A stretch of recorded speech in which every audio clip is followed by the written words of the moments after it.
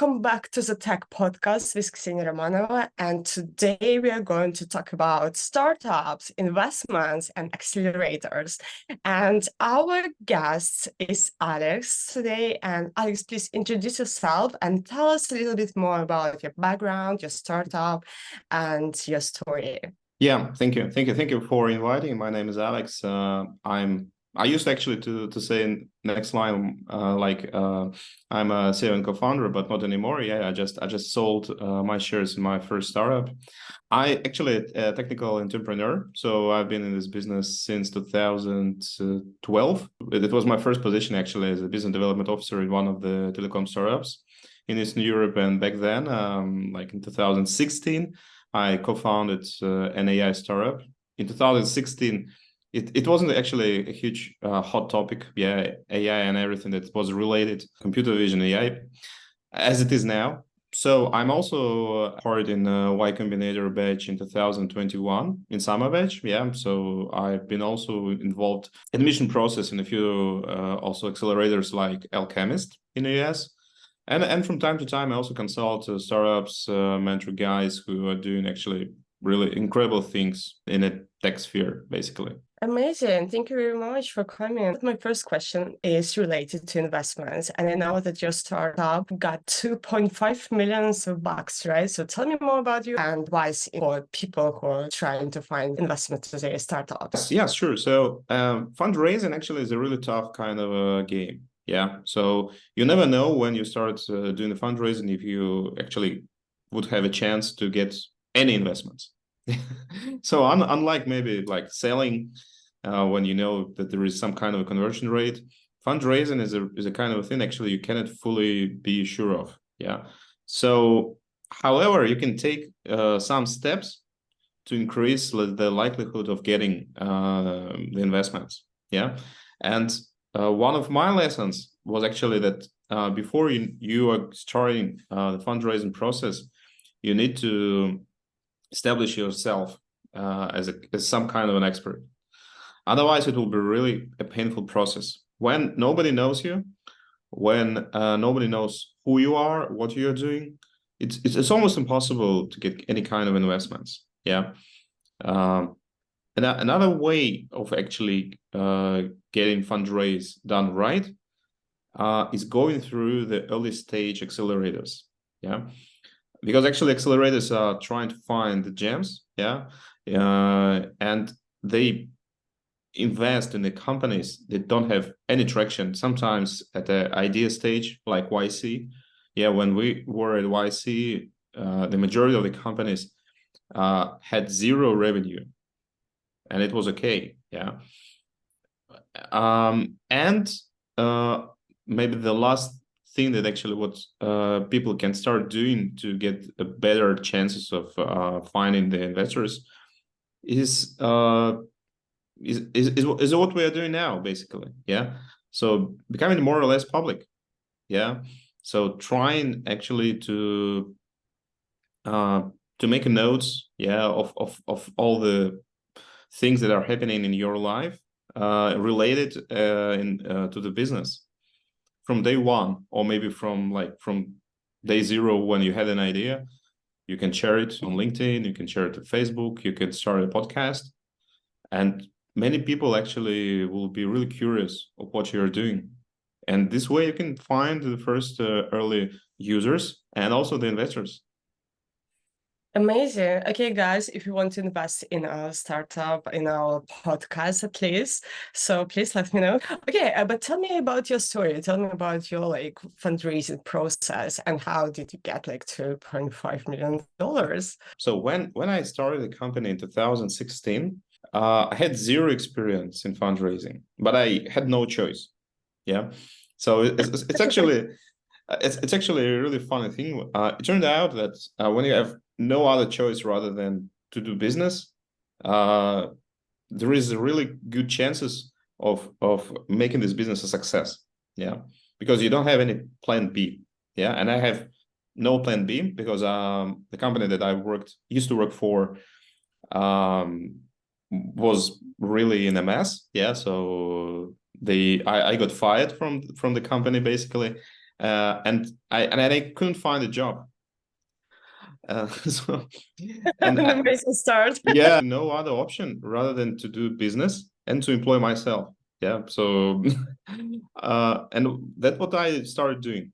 So I opened up the company, but we had zero revenue and zero investments. And what I've started doing was really simple. I started asking everyone in my network if they could help me find an investor, or maybe lead me in this process in a way that, for instance, maybe you know someone who is investing in this vertical, and it actually helped. So from a few guys, I heard a name of an investor that actually became one of my first investors. Yeah, so the conversion rate was really big because I've talked like to maybe to 20 investors in 2016, and one, not one, two investors actually invested in the company. The conversion rate was insanely high, but the reason for that was because we had warm interest. We had warm interest, so guys introduced us, and it was much easier actually that getting some kind of a cold outreach. What actually many startups are doing now, yeah, which is really painful, takes a lot of time, and nobody sometimes actually responds. Okay, what do you think about the current situation in the market? Is it harder right now to get investments? So I guess it's a really kind of a complicated environment, especially in startup scene, and not only in US but also in Europe. It's really complicated to get to the first check. And sometimes it's even more complicated to get following on investments. Maybe when you're in between, for instance, seed stage and maybe round A. Sometimes you need some kind of additional funding to get to maybe to some kind of a next checkpoint. Yeah, and if you won't get it, there is a really big chances that you'll be stuck on the same kind of a revenue. I guess it was quite predictable, yeah, that this kind of situation will happen. And what I am seeing that many companies are start to rely on their own resources from day one. So they invest their own money, or they try to find customers as soon as possible to get the money, get the money and some kind of funding from them. Yeah, and that actually is a good kind of a thing, and it makes whole IT world much more like self-reliant. Yeah, and people are focusing on the customers rather than chasing investors, which I believe is not 100% right. It's impossible to grow fast, right? So everyone want to have, Yeah, hockey stick. Yeah. Exactly. Yeah. It's so everyone actually wants to get it really fast to their first million USD in revenue.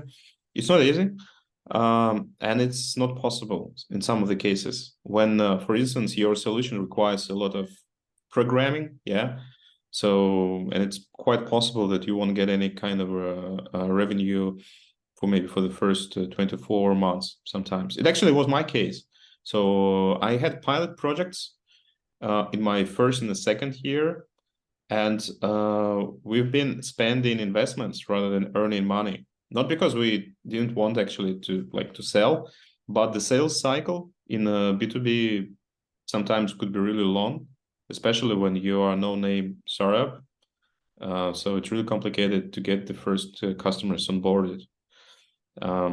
Unfortunately, yeah. And there is no other choice you can either just spend your own money, you can get maybe some funding from maybe I don't know, from the investors.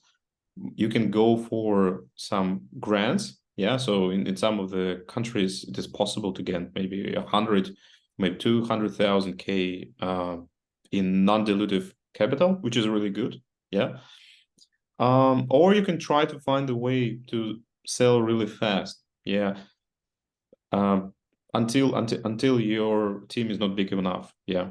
So when your team is already big, then it's really complicated. Why did you decide to sell your share and to get exit from your company? So I actually, I guess I really like when people start, yeah, and they finish. So, and I wanted actually to have this kind of feeling when you're getting money from something actually that hasn't existed before you created it. So I'm not an artist, yeah, but I really wanted to have this kind of experience to sell something that actually that I've created.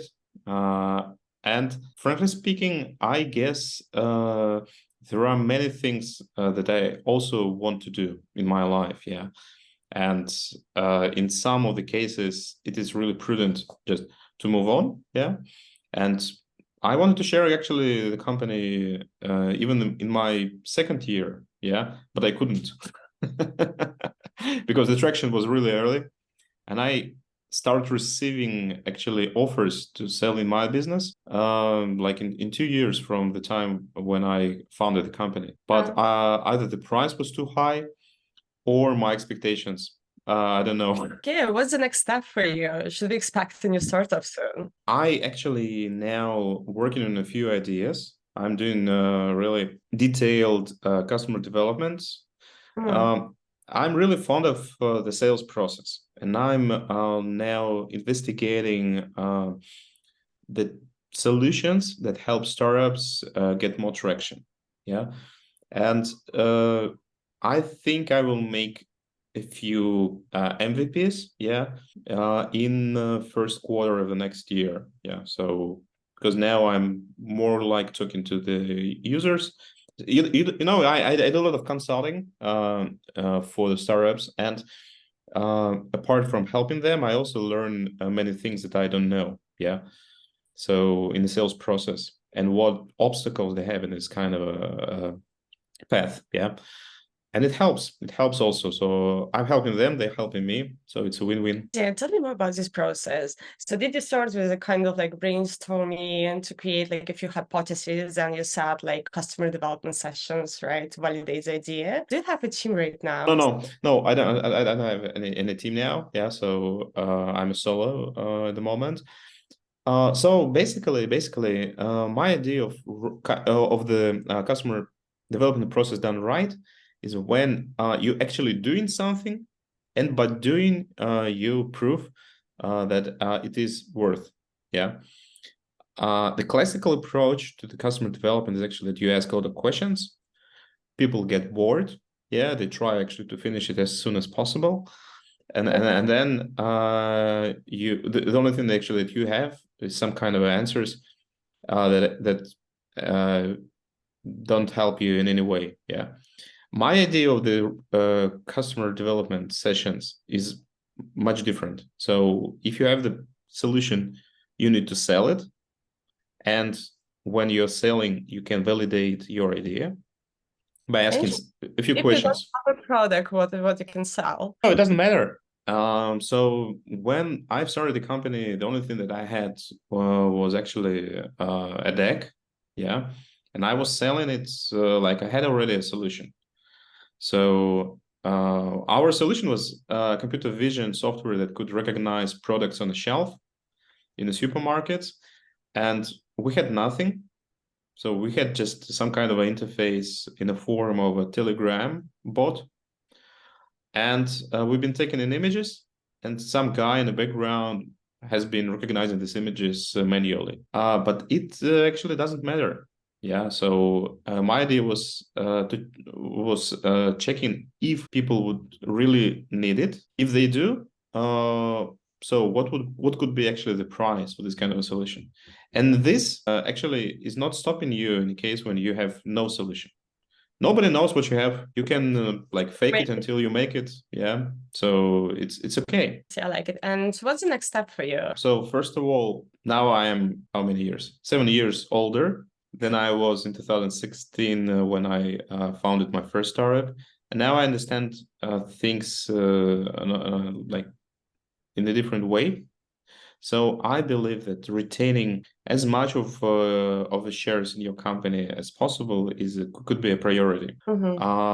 Investors don't necessarily are useful apart from the money they invest. That is something that actually I've learned in these years. If you are actually looking to find the investors, you should also understand exactly what kind of investor rights you will be giving. Yeah. And if you could agree on the terms. And it's actually a number one priority. And now it's becoming more and more important because there are the number of the investors is not big. It means actually it's more complicated to get some funding, and the terms are becoming more and more strict. What I'm seeing is also that the terms of the investors are becoming more and more non-friendly to the founders of the startups. Investors want to have more rights. They want to have more say in all kinds of things that are related to the business. Still, they don't want to spend the amount of the time that will be enough for them to make a decision that would actually bring good to the company. And it's really some kind of a risky situation. Yeah. Sometimes I saw many startups shut down because of the conflict. And the conflict was basically for the reason that investors had too many rights. So they didn't run the business from day to day. Yeah. Still, they wanted to influence critical decisions that required a lot of the inside information on how the business was going. And still, they tried to persuade other investors on the board to do that way or another. And actually, in many cases, it could be really harmful to the company on any stage. Yeah, if you're talking about investors' share, what the percentage is okay from your point of view? So yeah, it's a good question. Usually at each round, companies tend to give away like 10% of the shares, not more. However, what is more important is the investors can exercise their rights in the company. One of the best advices that I had from a lawyer was the following. He told me, Alex, so as a founder of a startup, you need to make sure that nobody in your board should have the right to turn off the light or shut down, something. So it means you need to arrange all the legal things in your startup the way that a small investors who invested like, I don't know, maybe 20,000 USD shouldn't have the right to veto any kind of a decision. So it means that the decision making should be really controlled by the founders. Otherwise, situation like an OpenAI could happen. Yeah. So when people can like do some crazy stuff for no apparent reason and almost kill the company. So that's actually a really good kind of an example. So board has too many powers, and CEO who made the company from the very beginning to make it a really great kind of a business. He had no choice other than actually to go away. It's actually really a good kind of a ending for the whole conflict. Usually what actually happens next is like some kind of a legal stuff, courts and everything else. Yeah. So to avoid it, so you shouldn't focus on the shares you're giving away to the investors rather than the terms. No board seats for the investors who invested like a few bucks in your startup. No veto rights. Investors should have the right to buy a ticket to this kind of a journey. You shouldn't give them away the rights to control any kind of any part of the business you are running. I like this analogy. So let's talk a little bit more about accelerators programs because you was involved in a few. So tell me more about your experience. What do you think? Can you compare both of them? Actually, I adore accelerators. It's actually really a tremendous help for the startups. However, there are a few like also lessons that I've learned. So the first lesson is actually you need to go for the best. Otherwise, it's just a waste of a time. So I've started actually applying to accelerators early in 2016, even before I set up a company, a legal entity. I couldn't actually understand what is actually how the application process works, what are some kind of a criteria, how to get into the accelerator. Since then, so I've been in YC, I've been in 500 startups, local edition, yeah, so original edition of not the San Francisco one. I've been in the finals of Techstars Berlin, and I've been many times on like in the more early stage. I've been also in the Luxembourg State Accelerator. I got accepted, but I hasn't actually joined the batch. So, and all these accelerators actually were pretty good. Yeah. So the best, of course, is YC. Yeah. So it's some kind of a Disneyland for startup founders, I guess. YC. So it's an amazing kind of experience. Ideas that people are trying actually to get into your head are really important. Like think about your customers, talk with your customers, not like pay attention to maybe to mass media, to investors, like many things. Yeah. And accelerator is actually one of the best ways to get funding. The terms, again, could be really aggressive because they're taking away up to 7% for maybe, I don't know, 100,000 USD. Yeah. Negotiate. That's actually what I didn't know. Some accelerators actually allow you to negotiate the terms. So it's kind of a secret tactic you can use. I have a friend, he was involved in accelerator here in London, and the same stuff. They are rated to invest like around like 100 pounds, but at the same time, 10% of share. Just like, yeah, it's insane. Yeah, so it's not worth it. Yeah, I guess yeah. So if a accelerator really likes you, they might agree to the terms that you propose. okay, no. Can you compare different accelerators to us involved in? Some Yeah, advice, some share how to get there, because like if you're talking Y Combinator, for example, I think, I'm not sure, but it seems like it's pretty hard to get there, right? yeah. So I applied for the YC like for 5 years until I got accepted. Okay. The application process itself is not complicated. So it's just really like, I don't know, maybe 15 questions about your business, about you. And it can take up to half an hour actually to fill in the application form. Yeah, so it's in theory it is easy. What is not easy is actually explaining your business to make it sound like it's a big thing. Yeah. So it is complicated. And when sometimes people do this, it turns out that it's not a big thing. Yeah. It's just a regular kind of a business. So it's not a venture one. Please give us some advice how to formulate it in the right way. So yeah. What actually I've done to get into the YC? Yeah. So first of all, there is like a ton of the free stuff online.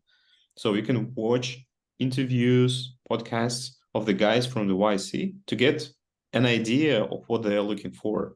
Yeah. To get an idea of their philosophy. Yeah. It can help you actually to formulate your ideas that would be really close to what they are looking. Yeah. Because sometimes people, you can say things differently. Yeah. And by just arranging the words in a like in some certain order, you can get another kind of idea. Yeah. So I've been navigating through all these videos. I've been watching all the videos that I could find from the alumnus of YC, of their advice, all the interviews of the YC partners. I read a few books about the YC, and then I understood actually what they've been looking in startup founders. Then I get really good kind of a motivation when I met a guy, my friend, who told me that they've been at the YC interview, and I've never been there. And my startup was like making more money in quite a few markets. Yeah, and I had really good motivation. So what I did, I hired a guy who will help me to write down my ideas on how the application for the YC should work. So we had Zoom sessions. He been doing what he basically was doing, actually writing down everything that I say. I was trying actually to explain to him, and he was writing down it. Tried to be as creative as possible. The first time I did it, we didn't get the interview with YC. However, YC told us that we were in top 5% of all the startups applications. Then I've done it again. So again, we had like a 5 Zoom sessions. And then they actually invited us for the interview. So, that's important, right? So how you express your thoughts, especially on paper. Yeah, yeah, It's yeah. not enough to have a great idea. So how you formulate it, how you can pack it and sell it. Let's talk a little bit about like co-founders. I had a technical co-founder who was a CTO of the company. Yeah, okay, because this also influence, I mean, your team, your co-founders, is also influence a lot on the decision of people who are going to invest in your business. The relations in the company are really important, like good relations, good kind of atmosphere. And to make things right, I guess there are many ways of doing things wrong. Yeah. So what I'm seeing now and what I actually has experienced. So when you start a business with a co-founder, so you have your own expectations. Yeah. So usually people don't share it. Yeah. So they just do the business. But then it turns out that actually people could have different kind of expectations and different kind of personal approach to what is going on. Yeah. So things can get nice with the business. Still, the relations could be bad. Yeah. So the relations could be good, but the business could, like, I don't know, go bankrupt. Yeah. That's what I saw. Yeah. And also experienced in some cases. Some kind of a lesson is that any kind of relations are not like forever. Yeah. So, and business is really important. And so again, in a legal terms, I guess the best way to arrange the relations of a co-founders in a company is vesting shares, basically. Yeah. So most of the relations actually ends like after maybe third or fourth year if the startup is working. Yeah. In some of the cases, not in 100%, but I saw many co-founder conflicts maybe at the fourth year or maybe the fifth year of a startup. And knowing that, you can arrange some kind of document between you and a co-founder that in case you or your co-founder want to exit, he won't get maybe half of the company. Yeah. Because you're doing the job after he will leave. Yeah. And it won't be like fair, yeah, that he will still have the 100, like 50% of the company, yeah, maybe 15% or maybe 25%, which is really huge because you won't have enough money to like buy him out, yeah. And my advice is actually to keep it really professional, not becoming friends with a co-founder because you're like connected by doing the job, yeah. And if you will get too close, you cannot manage the team. You cannot manage your co-founder. If you're a CEO and your co-founder is CTO, you're the boss. You're actually going after the revenue. You are the blame if something goes wrong in the whole company, and you're the leader. So if something will go wrong, nobody will think, okay, that's maybe CTO done something wrong. No, it's a CEO. So, and it's actually really important to understand the role. If you are a CTO, yeah, then you have many options. Yeah. So you can, if you're like bored at the CTO's like post, you can go for like chief product officer. You can go to the R&D. If you're a CEO of the company, you can go and become like a VP of sales. If you maybe tired of leading the company, and people are really tired sometimes, yeah, so it's really stressful. However, what is wrong is getting in some kind of a discussion of the contribution to the company. If you're just doing the job, still it's your company, this kind of situation won't happen. But again, it's really complicated. As any kind of relations, it could be really complicated. The reason that people are getting older and many things are changing, and it's really complicated to work with the same guy for many years. because people want something new sometimes. Yeah. So and they know each other too much, and they could be rather either too optimistic or too pessimistic about each other, and it can actually it can actually lead to some kind of conflicts, which is actually essential. Yeah. So Yeah, I totally agree. It's how to create the best team, to motivate them, to keep them proactive, organized, and happy. I had actually some kind of philosophy that I developed. So my idea was that the following. Yeah. So I think there are basically two big kinds, maybe, or types of people at work. Yeah. So the first one is actually someone who can become a manager, who can manage people, who can like lead. Managers are really important. And the second type is expert. Expert is someone who is not managing other people. He just knows something really good. Yeah. And when I was like hiring people, I always ask a question: what kind of a role do you want? Do you want manage people, or do you, or maybe not? Yeah, maybe you want to be like the expert. Yeah, the guy who has a lot of wisdom, who understands the technology, who can help. Pay attention to what other people's doing, unless other people ask what to do. It's one thing, yeah. So, and it was really important to understand, because some people were really experts, and I wanted them to become maybe team leads, but they don't want to do this. So they want to work on their own, maybe at night, maybe in Thailand or anywhere else, and they don't want to get some kind of extensive communication with others. And they were really pro. They were really good, yeah. And I couldn't make them like become team leads or senior in our like managerial structure.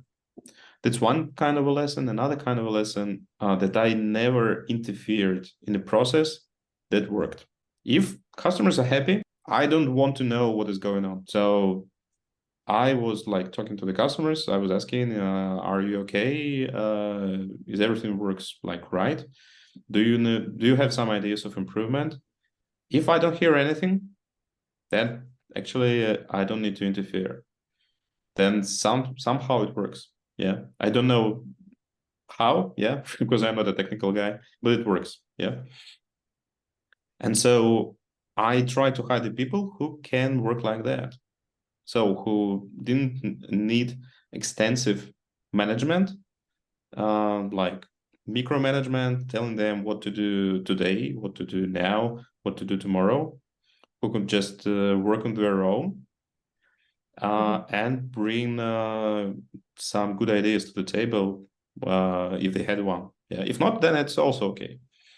So I really like the idea of self-management. This kind of guys in the market.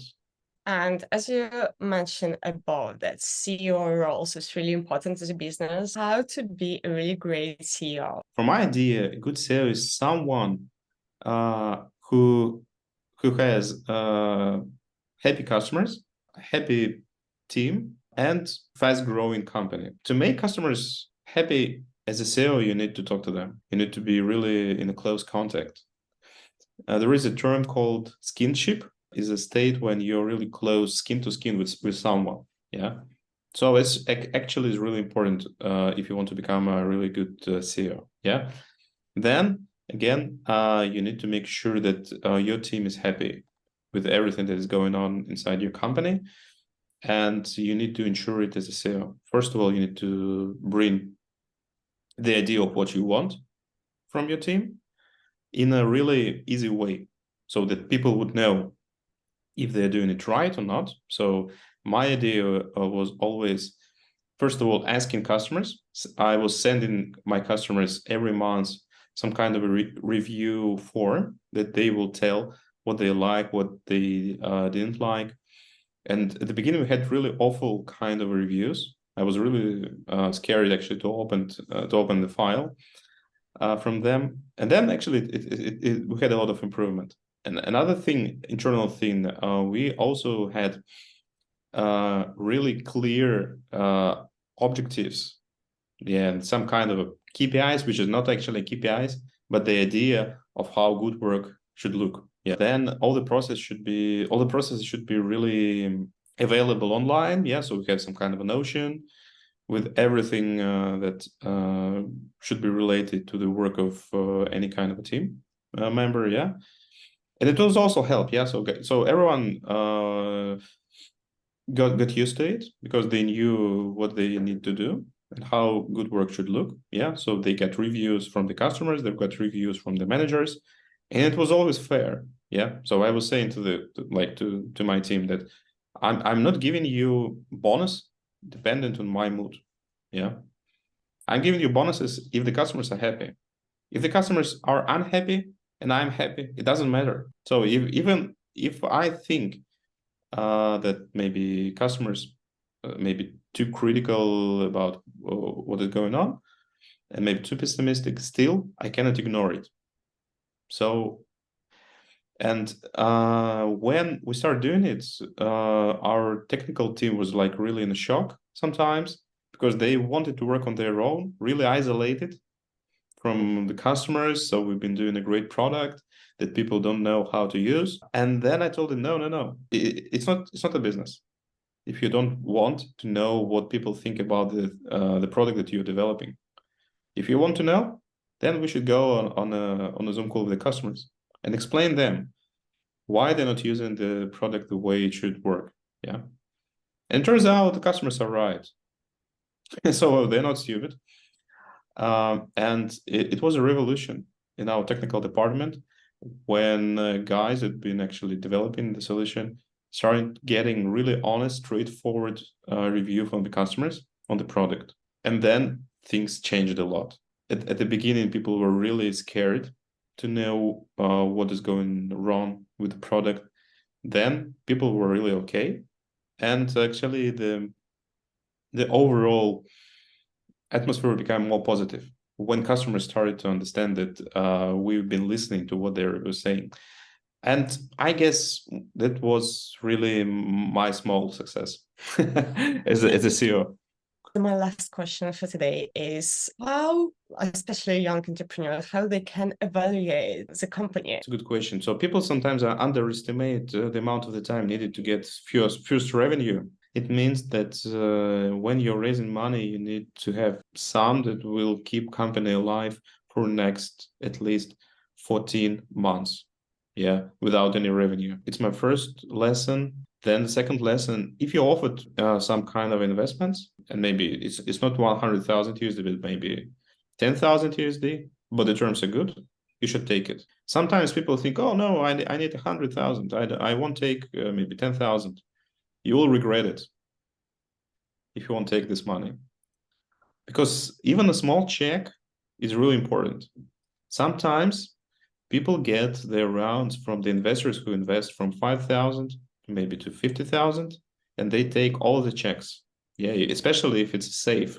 Yeah, so it's really easy. They don't need to spend some money on the lawyers. Yeah, it's my first idea because actually I refused to take money from one investor at the very beginning because I was thinking, okay, I need to get the full sum. I cannot get maybe a portion of it. Yeah. And it was like really stupid. So, because actually it will increase my runaway time. Yeah. And my life will, should have been less stressful. Another idea is that you shouldn't hire too many people at the very beginning. I understand that sometimes like technical guys want to have many people to get things done faster. But if you don't have the revenue, if you don't have the customers, you don't need a technical team. So when you sell it, hire guys. If you don't have the customers, you should sell. The number of the salesperson in a startup should be really big. Yeah, so everyone should be selling, even the guys who never sell. Another like lesson on the terms on the portion of the money you should take. You shouldn't take too much because it's another idea. If you give away too many shares, then you won't have enough room for next rounds. If you are offered too much money, you shouldn't take it. Actually, not matter on what terms. Yeah. So it's better to have less money than to have too much money, because otherwise you will be demotivated from looking for the customers and working for the customers. You will be working for the investors. Startup founder should be a bit hungry, but it doesn't mean that startup founder should spend everything he or she has. Not investing your own money in a startup could be also a good idea sometimes, because you can at the end of the day, there is a good chance that you will have nothing. You won't have a startup, and you won't have your own savings, and it will be like a dumb idea. Yeah. So don't invest a lot, or invest a portion of the money that you will be okay to lose. So it does mean maybe it's like 10 times less that you want to invest. If you have, I don't know, maybe 200,000 in your bank account, investing 10,000 is okay. Investing a half is insane. Amazing. Thank you. Thank you very much for this helpful advice. And thank you for your knowledge, for sharing them with us. It was amazing, brilliant. Thank you very much, Alex. Thank you. Guys, if you like this podcast, please leave a comment below.